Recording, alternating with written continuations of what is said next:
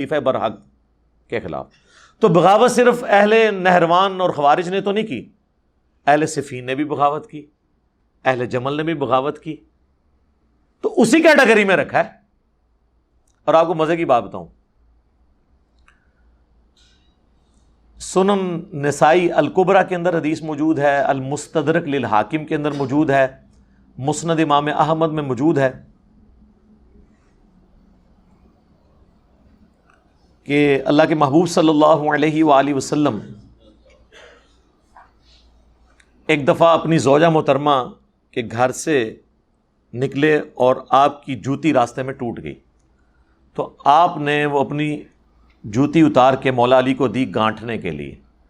تو سیدنا علی وہیں پہ بیٹھ کے اس جوتی کو گانٹھنا شروع کر دیا. نبی علیہ السلام تھوڑی دیر تو چلے، پھر آپ سائڈ پہ رک گئے سیدنا علی کے انتظار کے لیے. اور پھر حضرت علی کی غیر موجودگی کو غنیمت سمجھتے ہوئے نبی علیہ السلام نے اپنے باقی اصحاب سے کہا کہ دیکھو اللہ تعالیٰ نے مجھے نبی بنا کر مبعوث کیا، ایز اے لاسٹ ریزارٹ مجبوراً مجھے اپنے قبیلے کے لوگوں کے خلاف ان کے کفر کی وجہ سے تلوار اٹھانی پڑی، قرآن کی تفسیر کی خاطر کافروں کے خلاف مجھے تلوار اٹھانی پڑی. لیکن تم میں ایک ایسا شخص ہے جسے قرآن کی تعبیر کی خاطر مسلمانوں کے خلاف تلوار اٹھانا پڑے گی. اب یہ بہت بڑی بات تھی، وہ کام جو نبی علیہ السلام نے نہیں کیا، یعنی مسلمان کے خلاف تلوار اٹھانا، لیکن آن دا بہاف آف پرافٹ حضور کے بعد وہ کام کسی اور نے کرنا تھا. تو سیدنا ابو بکر نے کہا یا رسول اللہ کیا وہ شخص میں ہوں گا؟ آپ نے فرمایا لا. نبی علیہ السلام کی مبارک زندگی میں یہ لفظ زبان پہ آتا ہی نہیں تھا، لا، نہ آپ کی زبان پہ ہے ہی نہیں تھی، اس اعتبار سے کہ کوئی شخص آپ سے مانگے اور آپ اس کو انکار کر دیں، اس لیے اب لا کا لفظ استعمال ہی نہیں کرتے تھے. سیدنا عمر نے کہا انا یا رسول اللہ، یا رسول اللہ میں ہوں وہ شخص جو مسلمانوں کے خلاف قتال کرے گا قرآن کو منوانے کے لیے، جس کا ذکر سورۃ الحجرات میں ہے، اگر مسلمانوں کا کوئی گروہ باغی ہو جائے تو اس سے قتال کرو یہاں تک کہ وہ توبہ پہ آمادہ ہو. تو اس آیت کی پریکٹیکل تفسیر کیا میں نے ماننا ہے؟ تو سیدنا عمر کے سوال پہ نبی علیہ السلام نے فرمایا لا، نہیں، بلکہ وہ شخص ہے جو میری جوتیاں گانٹھ رہا ہے. تو صحابہ اکرام دوڑے مولا علی کی طرف اور انہیں جا کے بتایا کہ اتنی بڑی بشارت آپ کے لیے کہ آپ نے نبی علیہ السلام کے بہاف پہ مسلمانوں کے خلاف تلوار اٹھانی ہے، ان کا قبلہ درست کرنے کے لیے، جس طرح نبی علیہ السلام نے ایز اے لاسٹ ریزارٹ کافروں کے خلاف تلوار اٹھائی. تو سیدنا علی مسکرا پڑے. صحابہ کہتے ہیں ہم سمجھ گئے کہ حضرت علی کو یہ بات پہلے سے معلوم تھی. آپ کا جو فیس ایکسپریشن تھا وہ یہ بتا رہا تھا کہ آپ کو یہ بات پہلے سے معلوم تھی. اب یہ حدیث ان کے گلے کا کانٹا ہے. کن کا؟ جو کہتے ہیں ایک دوسرے کے پیچھے نماز نہیں ہوتی.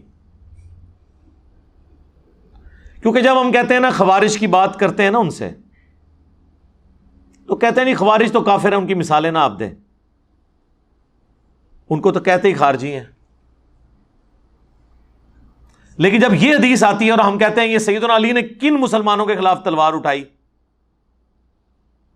جنگ جمل والوں کے خلاف، بلکہ مجبوراً اٹھائی تلوار تو انہوں نے اٹھا لی تھی. ظاہر ریٹ آف دی گورنمنٹ کو چیلنج کیا تو پھر ریٹ آف دا گورنمنٹ تو اسٹیبلش کرنی تھی سیدنا علی نے، اسی وجہ سے مجبوراً ان کو اپنا دارالخلافہ کوفے شفٹ کرنا پڑا مدینہ شریف سے. کیونکہ سیدہ عائشہ، سیدنا طلحہ، زبیر رضی اللہ عنہم اجمعین، ہم تو ان کے لیے احترام رکھتے ہیں الحمدللہ، دنیا اور آخرت میں اللہ کے مقرب لوگوں میں سے ہیں وہ. ان کی غلطیوں پر ان کی نیکیاں بھاری ہیں الحمدللہ. تو اب ریٹ آف دا گورنمنٹ کے لیے بجائے دھرنا جو ہے وہ مدینہ شریف میں آ کے دینے کے، جہاں پہ خلیفۃ المسلمین بیٹھے تھے، انہوں نے جا کے کوفے پہ خود چڑھائی کرنا شروع کر دی. تو پھر سیدنا علی کو مجبوراً یہاں سے نکل کے عراق جانا پڑا. جب ہم یہ بات کرتے ہیں کہ میرے بھائی یہ دیکھیں یہ سارے معاملات، اب تو محرم کا مہینہ بھی آنے لگا ہے تو مجھے بائی چانس یہ باتیں ذہن میں آنا شروع ہو جاتی ہیں، لیکن اس سے جڑی ہوئی ہیں. ہم کہتے ہیں مسلمانوں کے خلاف جو تلوار اٹھائی نا، اس سے مراد پھر جنگ جمل والے اور جنگ صفین والے لوگ ہیں. کیونکہ مسلمان تو حضرت عائشہ، طلحہ، زبیر رضی اللہ عنہم اجمعین، اہل جمل اور اہل صفین میں حضرت معاویہ، حضرت عمر بن عاص اور حضرت مغیرہ ابن شعبہ رضی اللہ عنہم اجمعین، یہ ہیں۔ وہ کہتے ہیں نہیں نہیں نہیں، یہ مراد نہیں ہے، ان سے مراد خوارج ہیں، کیونکہ حضور نے فرمایا تھا مسلمانوں کے خلاف حضرت علی کو تلوار اٹھانی پڑے گی۔ تو یہ جو آپس کی ان کی جنگیں نا، ان میں ہمیں خاموش رہنا چاہیے۔